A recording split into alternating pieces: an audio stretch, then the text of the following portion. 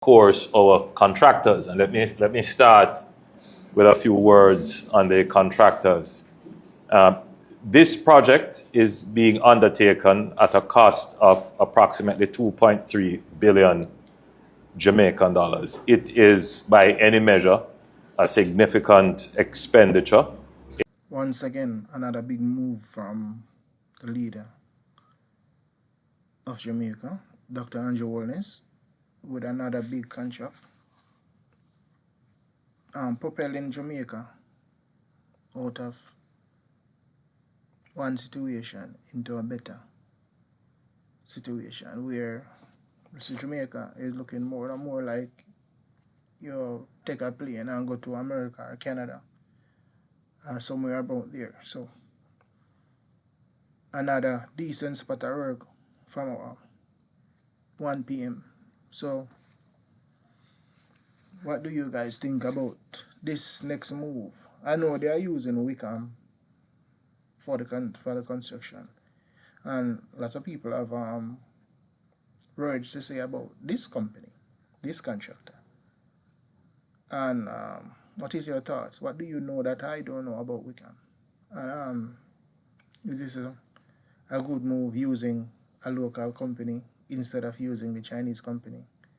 I think it's a step in the right direction. We need to start spend more in Jamaica, start to use Jamaican product and services to strengthen our dollar. Because when Jamaica first started out, Jamaican dollar was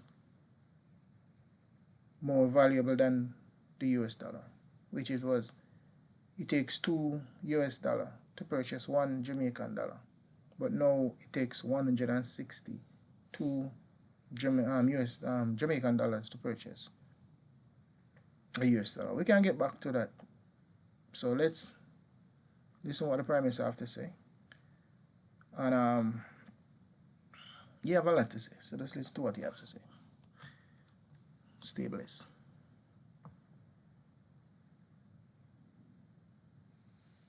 Thank you, Minister. Let me thank the various teams that have organized this tour, the St. Catherine North Police Division, and the leadership of the JCF, DCP Clark, who is here. Let me also thank the team from the Ministry of National Security, our Member of Parliament and her team, and of course our contractors. And let me start with a few words on the contractors. This project is being undertaken at a cost of approximately 2.3 billion Jamaican dollars. It is, by any measure, a significant expenditure in the capital budget. It is being undertaken by a local contractor that has very strong roots and history in Jamaica, WICAM Construction. And they are indeed one of our premier contracting houses in Jamaica. And we have had a very good relationship with WICAM over these many years. And their reputation is solid, and they have been involved in many signature infrastructure and capital projects for Jamaica. And we are confident that this project will be finished in a timely fashion and at value. Just to say, however, that when the government engages in capital works, the capital works can only be executed by engaging contractors. In other words, contractors are an integral part of the government achieving its capital expenditure goals. Recently, there was an observation made by the Fiscal Commissioner. The Fiscal Commission is a new creature that has been created in our oversight mechanism. Now we have an independent oversight mechanism for our fiscal operations, meaning how the government spends the public resources, our tax resources. Are they being spent in the best possible way? So there's an independent entity to make observations, critique as well. And one of the critiques that was made was the pace at which government is utilizing its capital budget. There are many issues which would cause the underutilization of the capital budget. I won't go into all of them, but the one that would be of interest to us would be how contractors execute projects, the speed at which contractors execute projects. So contractors are an integral part, a critical part of the development plan. We tend to look at contractors as secondary to the process. More and more, the Jamaican public will come to understand that contractors are integral to the process. If they don't perform, the budget cannot be expended. And if the budget is not expended, then it means the growth of the country is slowed. If projects take longer than they should take, if they are over budget, if they are not done at quality, then the public loses. So contractors are integral. And as we move into this new phase of Jamaica's development, where we intend to extensify and intensify our capital works, we need good, solid contracting partners, because it is the contractors who will bring to life the lovely plans that we have on paper and as being demonstrated here on screen. So this project, in its original conception, had to be modified when you get on ground and turn the soil. For example, we have had to raise the site profile in some instances as high as 6 feet and as little as 2 feet, because we have learned from other experiences where we have built on sites that were prone to flooding, and then we would have had to take remedial action. In this case, we took the remedial action at the outset in lifting the site level to be about 2 feet or more above the road level. And we also had to take into consideration that running along one of the boundaries of the site is a canal that could, in extreme weather, be prone to flooding. So we had to build proper retaining walls to preserve the site. And all of those would have impacted the original time of completion. We had projected that this would have been completed in July 2026, and we have modified that now to a completion in April 2027. I will still be around to open this side.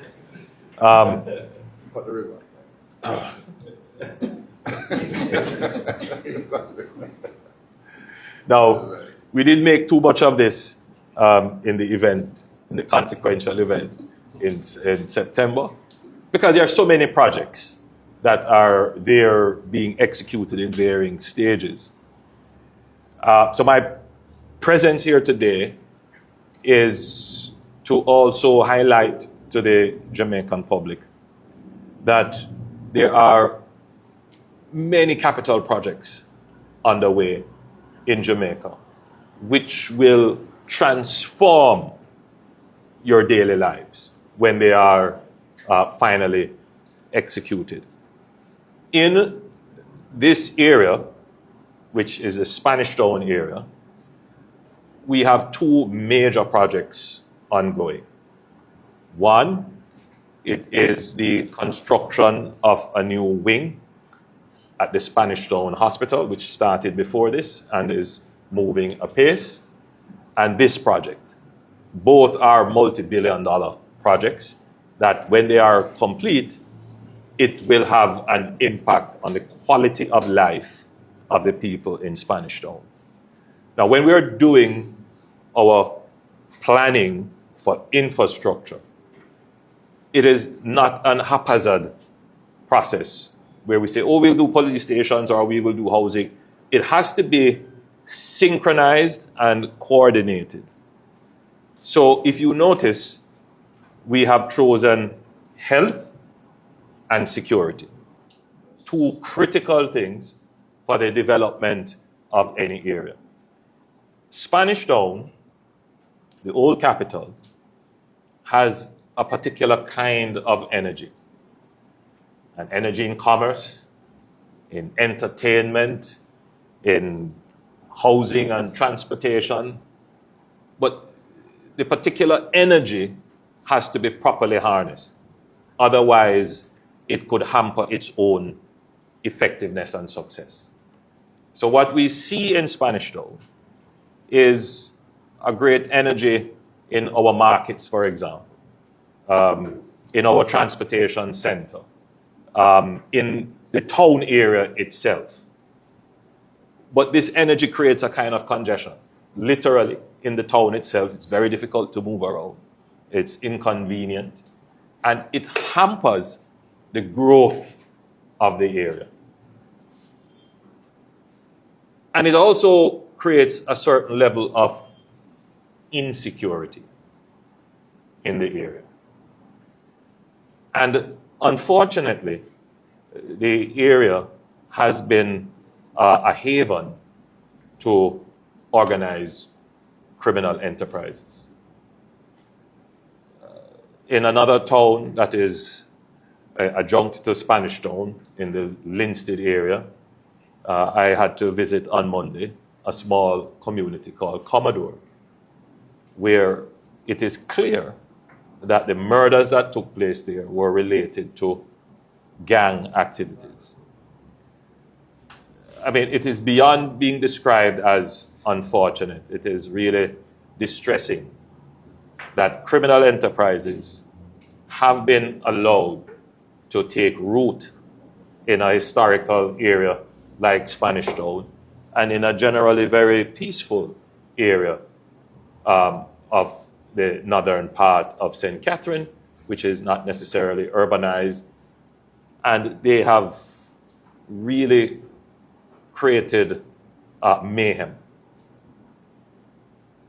To deal with this, it is not only necessary to have immediate policing responses through kinetic operations, whether it is, the general presence of police, patrols and investigations, and putting in place zones of operations or states of public emergency or cordons and curfews, the routine police operations.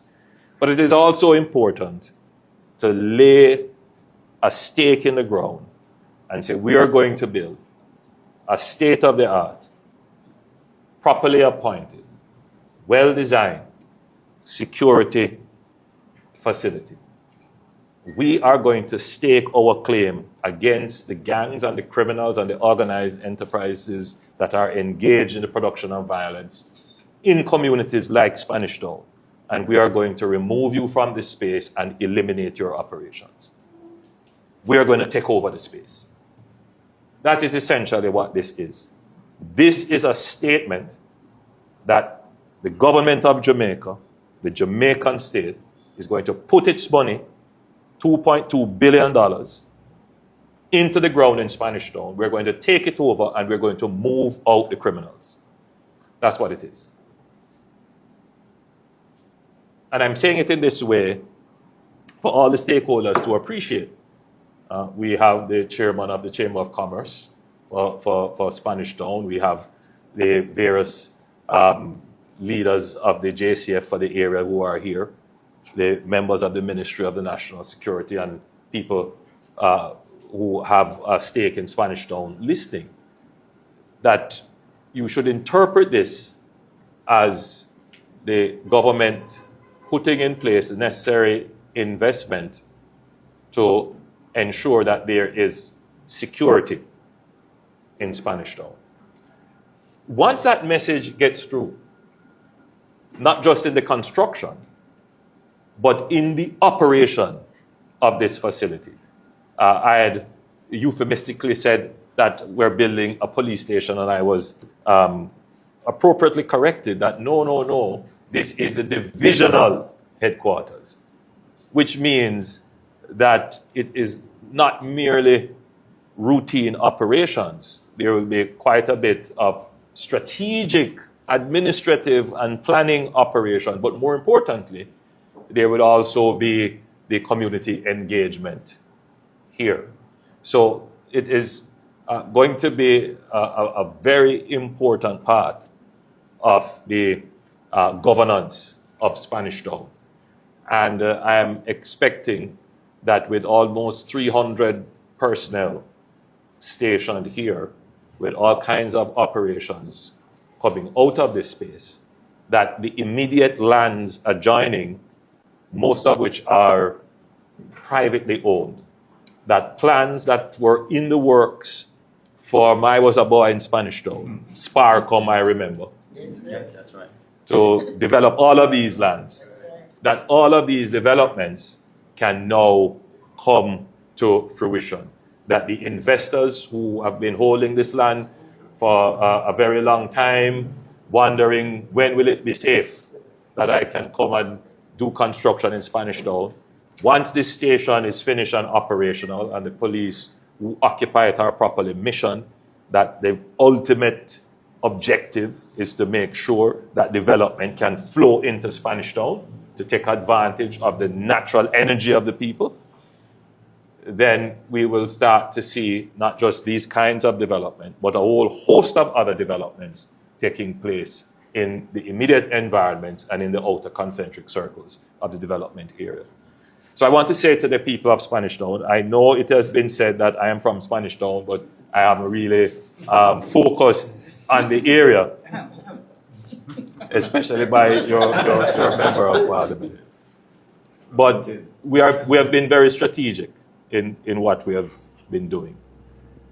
We cannot have development with gangs operating in the area. The people are going to have to decide, because the gangs have created a culture which in many instances it has become a counterculture, enlisting people in its support. And it is going to take some time. I hate to think it is going to be a generational change, but it's going to take some time for people to understand that there can be development and security without gangs. But that can be accelerated depending on how the police and the other stakeholders engage with the people. It all depends on how this new station that we put here, how the people see it. Are they going to see it as an institution of oppression or an institution of enabling and uplifting? So the government policy will also be supporting and driving the view of a kind of enlightened engagement of the citizenry, which is why we have added on a new subject to the Ministry of National Security, and that is peace. We have to be deliberate now in not just trying to reduce murders, that is reducing conflict, but we have to increase peace. I mean, the absence of conflict doesn't mean that there is peace. Somebody might just be waiting until the opportunity arises. The moment we pull out the police or the patrol stop, then you see a problem. What we want is when we pull out the police or the patrol stops, the peace reigns, the conflict does not re-emerge, and therefore we have to move to another step in our national security strategy in terms of how we engage the citizenry. And that means that the kinds of investments that we will move on to in infrastructure and otherwise social investments, that will change. So once this is complete and while this is being done, we have to look at the housing stock in several of the communities that are adjoining or within the concentric growth circles, development circles of the area. Coming to mind immediately would be the Tarspen community, where some of those houses are over 50 years old, they have past their useful life, and some of them are about to collapse. And the sewage issues and all the other issues that exist there. So we're going to start now with the development of a program to address these issues in Spanish Town, the housing issues. Then we have to look at protecting the heritage assets that are in Spanish Town and create another kind of industry.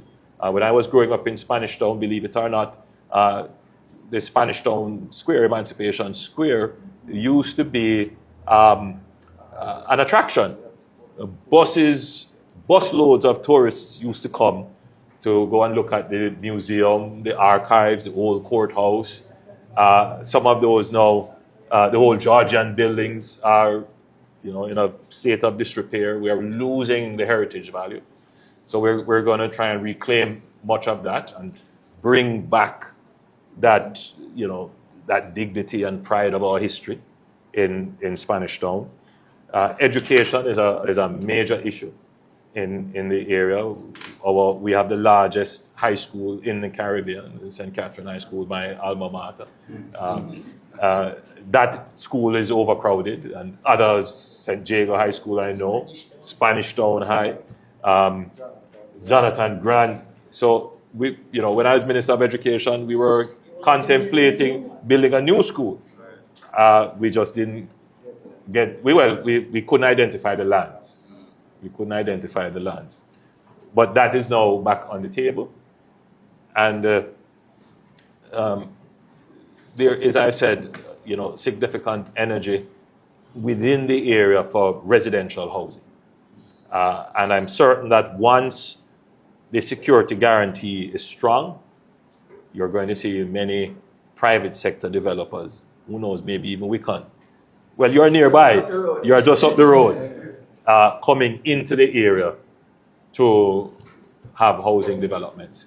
And at this point, I would say that we have identified the greater Innswood development area. I don't know if that is going to be in the north side or is that in the south. I believe it will be in your police division, to be in the north.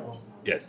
So this would be of great help to the greater Innswood development area, which is where we're seeing quite a bit of interest already in doing housing development. Certainly the police station that is there, that was recently built, would be a great asset to developments happening in that area. So generally, this investment should be seen as the spark of other. What are we looking at here? This is part of the approach to the bridge. All right, so to access the bridge. So we have two approaches, and one on either side.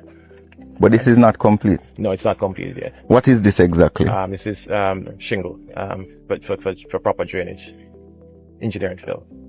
Oh, so this is going to be the base of the approach to the bridge. Right, to the bridge. All right, so we expect to finish December 31st of this year. Right, and we started in the contract is actually July 22nd. The 22nd of July 2024. But real work really started in about December that year. Why did you start in December, not July? Well, we had a lot of rains at the start of the project. So September, October, we had a lot of rain, heavy rains that hampered the start of the work, which would have been the piling aspect of the work. So under this, we have 48 piles that would have to drive to start to set up the base. So you drove metal piles, right. 18 of them. 48. 48. Yeah, but up to 60 feet down. Right, roughly, right. So this bridge not gonna move? No, that was for the bearing. Yeah. Based on the soil condition. Right. And then, so you did soil testing and you figured out that you needed to drive piles to anchor it, right. Okay. So, and then on top of the base you put the pillars? On top of the base now we'd have the walls, right.